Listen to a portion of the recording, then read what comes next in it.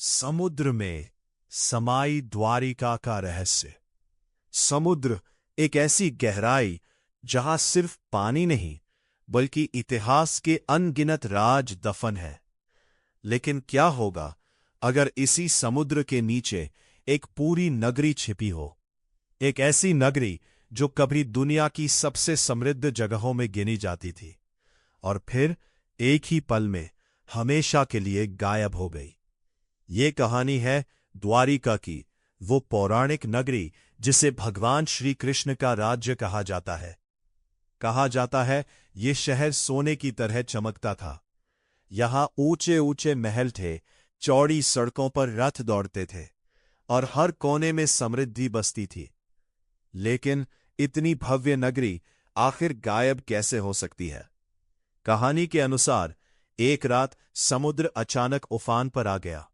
लहरें इतनी विशाल थीं कि उन्होंने पूरी द्वारिका को अपने अंदर समा लिया और अगले दिन वहां कुछ भी नहीं था, सिर्फ अंतहीन समुद्र।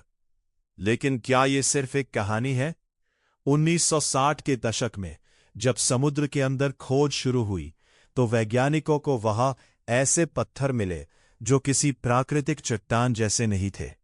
सीधे कटे हुए ब्लॉक्स, दीवारों जैसी संरचनाएं और कुछ ऐसे अवशेष जो एक विकसित शहर की ओर इशारा करते हैं।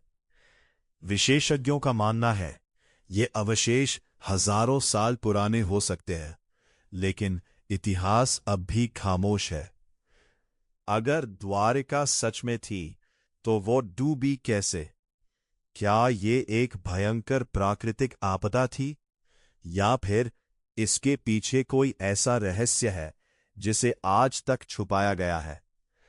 कुछ लोग मानते हैं कि द्वारिका अपने समय से बहुत आगे थी, एक ऐसी सभ्यता जिसके बारे में हम आज भी पूरी तरह नहीं जानते।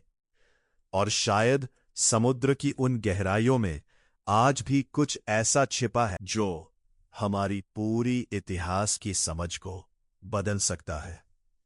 और अगर आप कभी उस गहराई तक पहुंच पाए तो शायद आपको वहां सिर्फ खंडहर नहीं बल्कि एक ऐसा सच मिलेगा जो आज भी इंतजार कर रहा है।